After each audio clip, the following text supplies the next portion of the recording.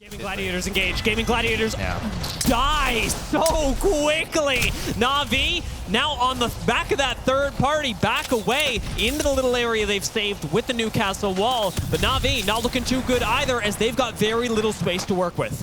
Yeah, I think NAVI here so is actually in a good spot because like they're gonna have to take a fight, but they already have the wall set up. They have the gen set up. Like they're just gonna have to triple peek and hope that they down somebody because they didn't have that great armors compared to the other team. But I think a fight between them will definitely happen soon. Dreamfire should get the chance to reset. NAVI take a large swing and they take out How from a little space to a lot. NAVI have Uno reverse carded the lobby and now control the outside of Harvester. FURIA trying to do the same as they rotate into the opposite side of the ring, cleaning up teams like Dreamfire who are now just down to one.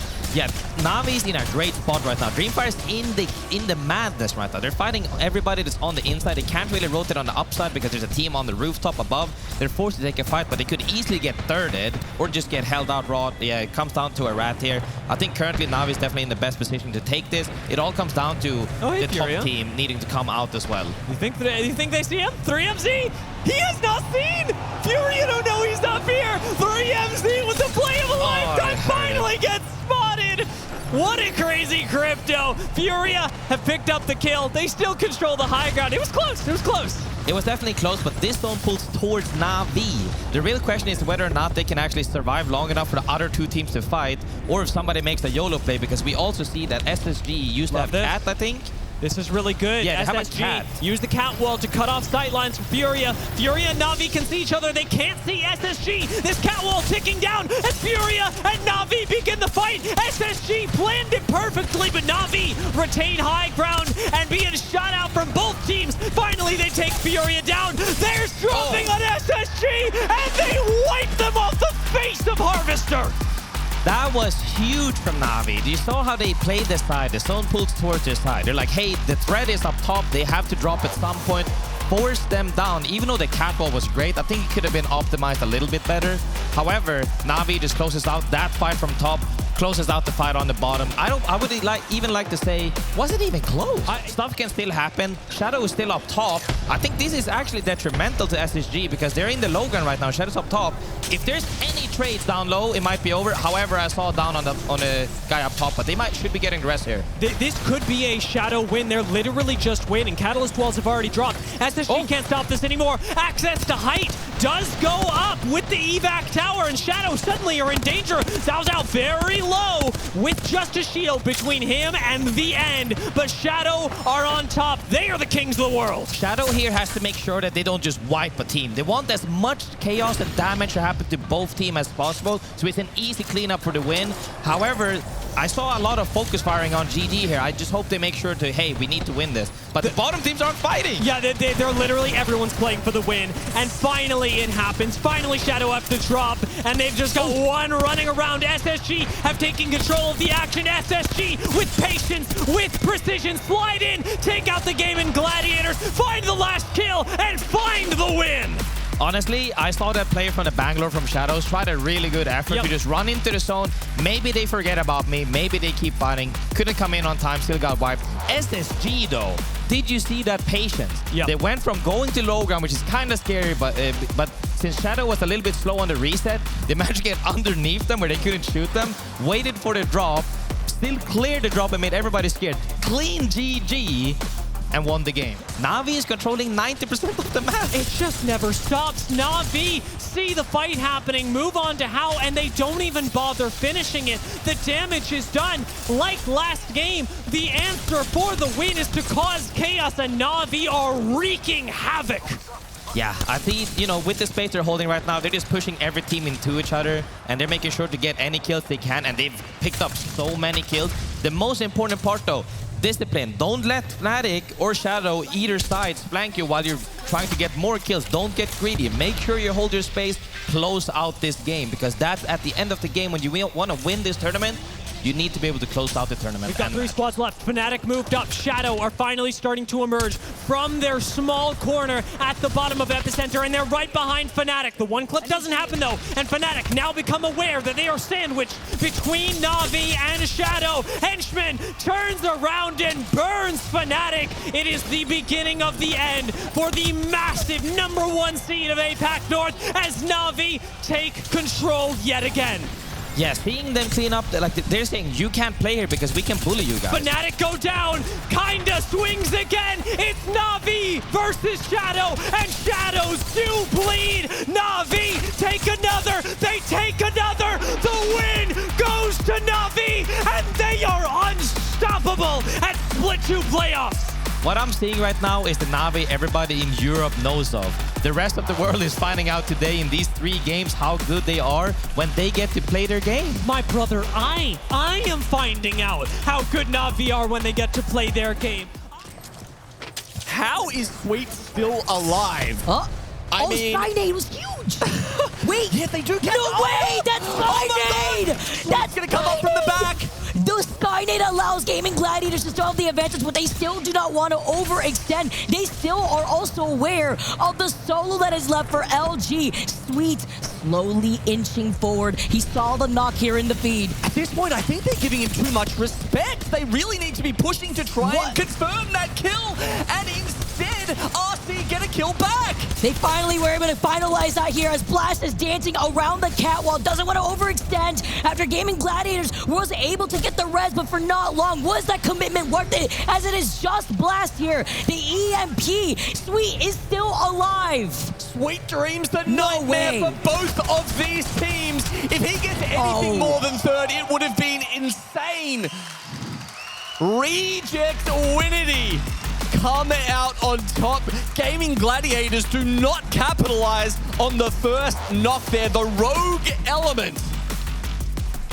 At least he once was for that team, and he doesn't manage to get past third. But my lord, does he make an impact on how that final fight played out. It's all about situational awareness and playing for what you have in front of you, right? Blast being the last one alive for his team. If you're a Navi fan, they called out this circle from the very beginning, and now it is down to our last 2 squads. Yesterday, the Navi fans were over near us at the casting booth. Today, they are center stage just as their team is pulling north soon of 75 points. But I love the pacing from Olimpo, though. With Navi being so patiently in this building, they are lacking a lot. Meanwhile, Olimpo have all the death boxes on their side, unless one member of Navi could actually overextend. As you can see right here, with kind of being over to the left side, he's got some stuff that he could bring back to his team here if they're so desperate. Because I did see on that Hemlock that there was only, what, 34 bullets left here? Matafe was almost out, desperate for loot. Those last couple of kills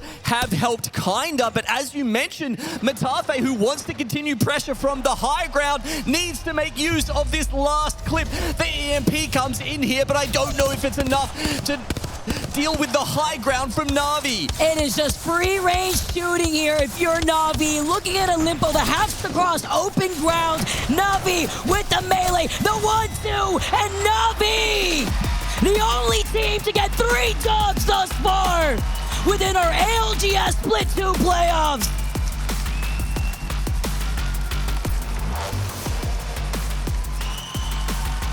Three teams now facing off in our final circle. LG has also been able to climb the overall standings. They were in 15th before this game. They are now sitting in 11th with 32 points, to highlight how much points Navi has really sponged up here before they eventually have to go down the middle between Shadow and How. 20-something points already in the bag for Shadow here in Game 6.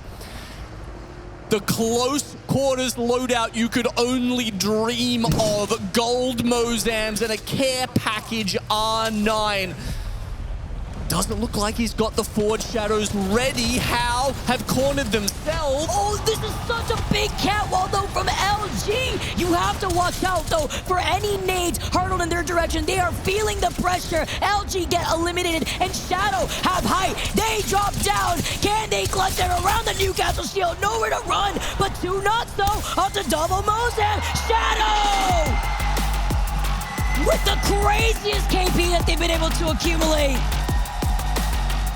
With the Revenant, get the final dub for our final game in our groups A and C. 5 squads remain. Fnatic might be the next to go. You can say them taking a huge amount of damage, and Fnatic will indeed fall thanks to the shots that come in from a combination of Dreamfire and NRG. Now, Bleed, we saw them take a big fight earlier on. SSG's Rat has been eliminated as well. So now it's a 3v3v3. Dreamfire, one of those teams. Bleed Esports in this pyramid building still, and NRG just hovering on the outside, who might be able to third this fight. NRG hovering, but they are very exposed. They need to make sure that they just stay out of the sidelines as best as they can, and Dreamfire are taking the attention away from Bleed right now, and now they're going to have to push. NRG just biding their time. They have the castle wall. Dreamfire sending it. Bleed are holding it off. Peter last alive here. They want to secure this final KP, but they're so healthy here. NRG, they've done such a great job of waiting for their moment to strike that now that moment has arrived. It's going to be NRG who will close out the final moments here on Storm Point. They will be your champions. And that was perfect for NRG at the end. They just needed someone to make Bleed look a little bit elsewhere, because all they had was the castle wall in the water. And whilst it can cover you for a short time, as that zone came in, they would have had nothing except the castle shield. How get eliminated? 4 now remain. And Bleed actually can overlook a lot of this and avoid the damage from below. Dreamfire and Fnatic are going to be below them here. Smartly just making sure that they don't get climbed up on. Something sneaky that happens behind them. Bleed taking the height late. VKG, what a position they have, by the way. Fnatic and Dreamfire, they're going to have to leave this building and fight on their way out. VKG in a great position to overlook all of this. The focus here from Bleed Esports up on height has to be VK Gaming. The same can be said on the flip side for VK Gaming. If they can damage the team on height, force them to drop as the other teams exit, then this is an opportunity for them to get the win. They do have the castle wall available as well. I was going to say, another castle wall so they can reposition if they want, but also they can give themselves extra security here. As Dreamfire are really trying to rue the day that any other team challenges them at the moment, with good damage coming out, but they have to move out of the mill at some point, but the Hemlock is certainly hitting hard. Thermite's going to hurt, though. It's just going to buy time as the zone starts to close in behind them. This is our final zone. This is our final moments of game number 2. Dreamfire have to make the play. They have to go forward. But they're going to get stunned by the castle wall. The new castle is just holding them up, and every second that goes past, it's hurting them so much. Yeah, zone's going to come in now, and it will start to tickle them. Fnatic fall. Dreamfire are going to be down there. Bleed are going to be above them, and Bleed will just be able to rain down hell from above here. But VK Gaming still are in a position where they can really ruin this for Bleed. I mean, Shubi's got massive Mozams. He's double shotguns at the moment as Dreamfire will now be eliminated. We find ourselves with a 3v3. The castle wall will go down. It's Bleed Esports versus VK Gaming. And Shubi showing that even though these shotties are meant to be used for close range, he can do some damage from distance as well. Look at the reposition as well. Drop trying to find an angle at the moment. They've got the shield advantage, and surely they got everything. The EMP goes down, and that is going to give them the opening. Shubi now changes back to the Mozams after the first knock comes in. Bleed Esports will convert. In our game number 2 here over at the mill, they'll be your champions, but that was a masterfully navigated endgame from there. So many good decisions to break down that got them into the position to win it. I mean, they were a 2 at one point and brought the third back, get back up to a full 3. And Legends Gaming might be able to creep up behind them on their tippy toes and really catch them off guard. 6 teams left in a zone like this is so difficult to navigate. You take one wrong step and you can get shredded as Cloud9 finally get in and take down FA And Kids. the timing of that is so important as well, because the rappers coming in from Legends Gaming. If that was a second later that they didn't manage to deal with FA Kids inside of that building, they would have just been shot in the back and eviscerated in our end game. 5 more bullet, by the way. 5 more bullet on the Kraber. And that could be the difference maker, because the zone is going to end just below where Cloud9 currently reside. Exoclan are now going to be above them. Legends Gaming down out to the east. How and LG down on the south. The castle wall's coming through, but it will allow LG to survive for now, but they need to start moving up. Starting to just walk forward. You can see the problem they have is Exoclan up on that height. Rolling Thunder starts to come in. Sykes, oh my! The one clip of the havoc from him. You got to keep it going. You got to keep it rolling as well. LG, they're just a little bit reluctant to poke out above because they know there's damage potentially from Exoclan on the other side here. There's the wall. That's going to split this zone in half, and having got that knock, now is the time for LG to go in, and Sykes, he is doing so much damage for his team here. One more member to deal with for them. Gets shocked a little bit by that fence from the Watson. Sykes goes down as well. It's all out to Funk and LG, who had the advantage. They've got to deal with Swinny and Slayers. Slayer's still alive. ExoClan will be eliminated, as Wanagasha will come in and get the final member of LG. Exo full, LG full, and Hal full. 2 squads remain in Cloud9. Can you see anything miraculous? Or will it be Legends Gaming off the plane and into a win as Strafing Flame and Easy Flash are back here in Manheim? It was worth the wait for Legends Gaming. As soon as the full lineup arrives, wins start to arrive just afterwards as well. What a crazy endgame that was, though. So many teams stacked up on each other. So many different compositions, which made it so difficult to read what other teams are going to do in and around you. We saw cat walls going down. We saw castle walls going down. But in the end, it was Legends. As we look up at TSM, who have now dominated the height. SSG pushed down to a lower level. TSM, who overlook the lobby and who have the advantage of this incredible vertical space. Well, you have to think with Bleed out, it cracks open the entire series leaderboard, and we're only 26 points away from moving into that top spot. They could find so many eliminations here and throw a north of 20-point game down easily, but Henchman down and out, and Matafe's got to get him out of that line of sight and drag him across. The reset coming through. No gold, knocked down, and still watching the angles everywhere. Pressure from Nades out of Kinda is good. Still leading this squad in damage. Also manages to control with Henchmen the fences leading out of this building. NAVI are fighting for their very lives. They do not have an advantageous spot, but man, are they making it work. Sliding on in, they find one, they find two, and the EXO fans of the crowd are in shambles as 2 gets finished off, and EXoClan go out. NAVI survive, try and take a reset. Henchmen again, the last one standing, but how long can they do it as EXO have fallen? What? Finally, NAVI will bite the dust. C9 still in this. Enter Force 36 and NRG fight for the win. All right, this is crazy. NRG makes the play, and now the EMP's all coming. Cloud9's going to have to drop down. You've got the Bangalore smokes, but the lethals are fine, and here comes the Akimbos from Sauce. Cloud9 take the victory and withstand it all here in match number 4. The second win of the tournament for Cloud9, and it could not come at a better time, pushing them up from almost certainly qualifying to winner's bracket to being a lock. Moving up the standings has got them going up from 11th to a much better position, not just in the winner's bracket, as a nice trophy, but in the POI draft as well. This win means the world to C9 when it comes to setting them up for success for the rest of the tournament.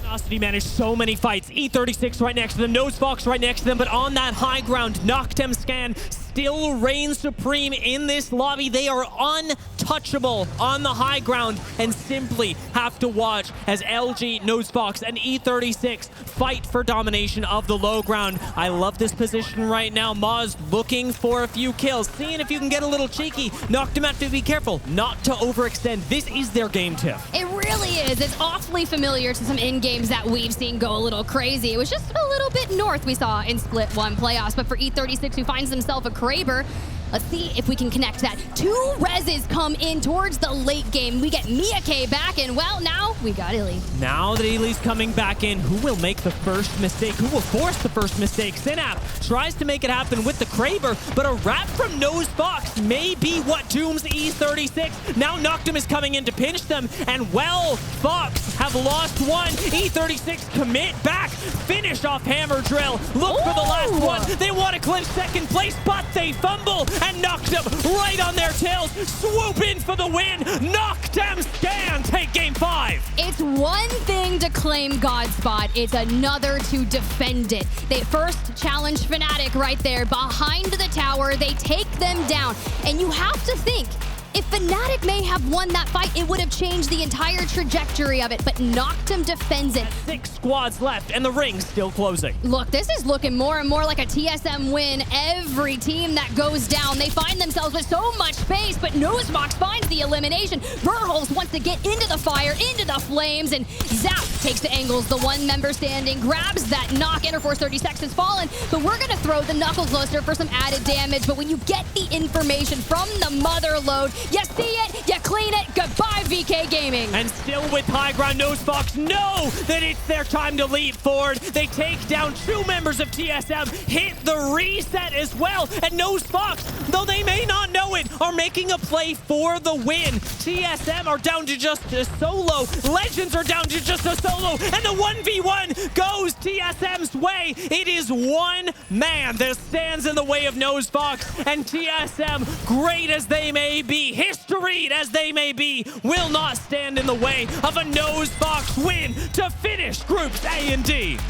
You talk about changing your fate, we say it. TSM with all the space and NoseFox with all the eliminations and the placement points to go alongside it. A well-needed victory. We talk a lot about teams kind of hailing from that APAC North region that just such good micro abilities to just dive on in, connect those shots, take the victory. And we talk about the bubble teams, right? A lot of them need all the points that they can get, and what a perfect time to do it. Teams were clutching up during these last couple of games.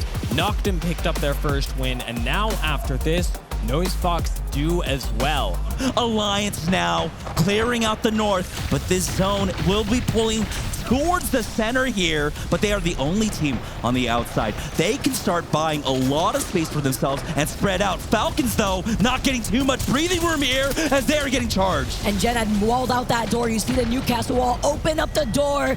Here's Falcons, though, before they're forced to start moving, popping the shield bat, the circle closing right behind their backs, and Alliance are taking all these fights here for the teams that had high originally. Guild get eliminated here before Hockey's is forced to slide down and pop the shield bat.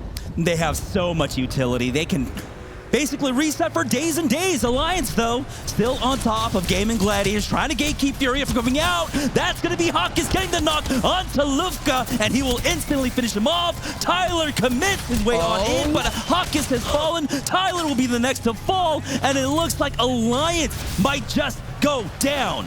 Maybe here, but a crazy stick off the arc. Vax is still alive here on the high ground. Alliance finally get eliminated. North Epson, they walk in. They want the high ground. They're looking at teams right below in the last 2 spots before North Epson are your first game winners.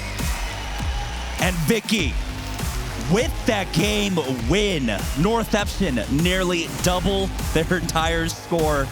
And honestly, at the beginning of the top of the match, I threw him the blow.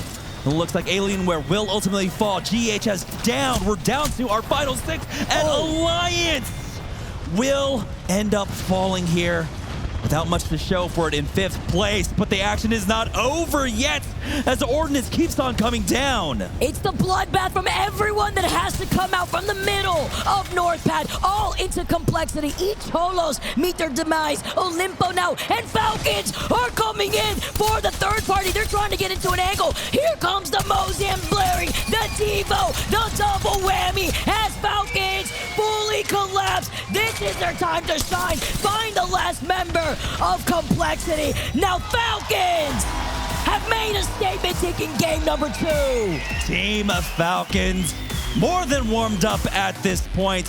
You can see their macro really paying off for them. They understood we're not going to be able to do much here. They tried to take an early position there in North Pad. You saw the long-range weaponry coming out. Zero picking up the triple take, I believe, which is not a gun we typically see coming out from him.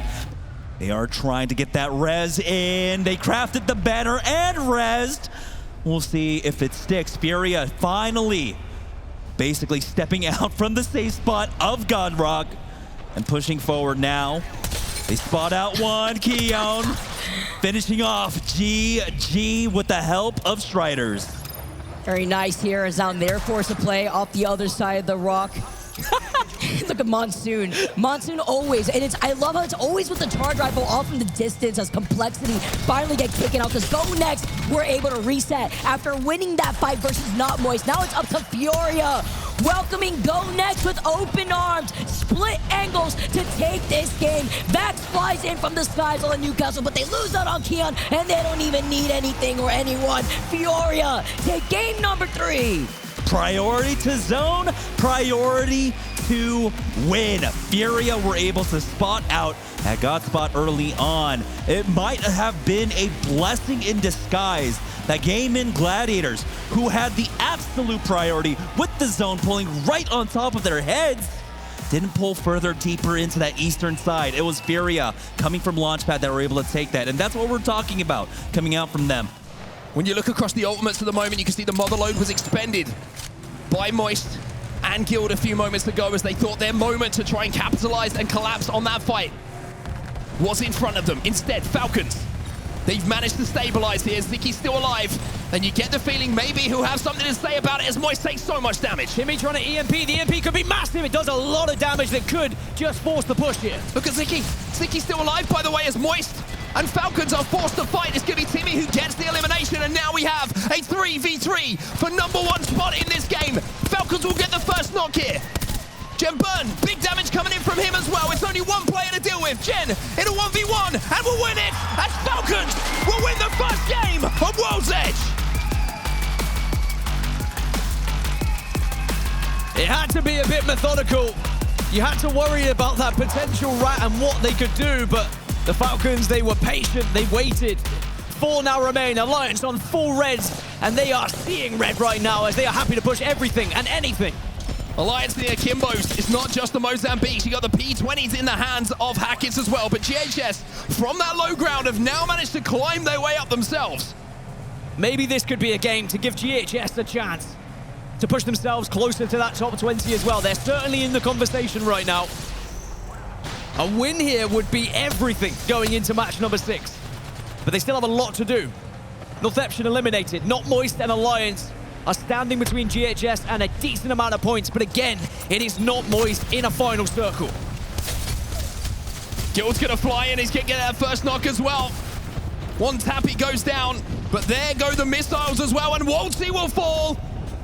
And all of a sudden, Not Moist have got to try and stabilize here, trying to wait out that bang ult, but they're not going to be able to get him back up. And it's Alliance who come from the high ground, from the low ground. It doesn't matter what they got to do because everything seems so simple in those final moments for Alliance. Any instructions you put in front of them, they were going to complete. Alliance with a big, big win here in Game 5. Alliance send themselves up into 12th place. As Northeption fall, and now it's GG versus the remainder of Alliance. Alliance, just one alive to find.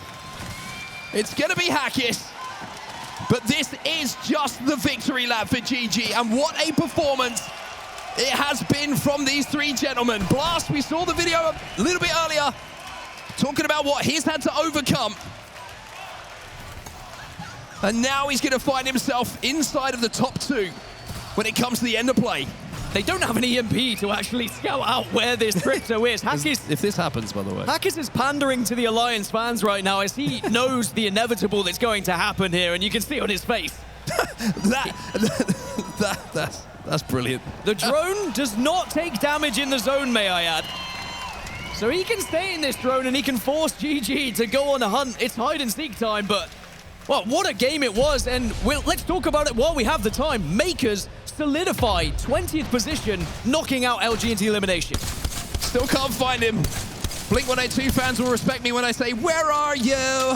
Because they can't find him at this point. What is happening on my screen right now? And I envisioned this happening at some point throughout this tournament. I thought maybe we'd get laughing. I think maybe we'd get a couple of cryptos that were going to be left alive. But what a bizarre ending to one of the most exciting matches that we've had so far this tournament. 89 points was the cutoff, and the zone will do the rest of the damage as GaimingGladiators solidify their win and solidify themselves in 2nd place in the overall standings. They'll have 2nd pick to their favorite POI in the winner's bracket. Well, a little bit of light entertainment for everybody at the end of the day. But at the end of the day, we now know who is going into our winner's bracket tomorrow and who will have to start that long journey. GG, though, the story that these 3 gentlemen have been on has been astronomical. Their rise has been exceptional. And I feel like them winning that game number 6 just reminds us of just how damn good they are. Alliance secures 7th place in the overall standings. If you look at where they were before this series started and where they are now, that's an incredible success for them.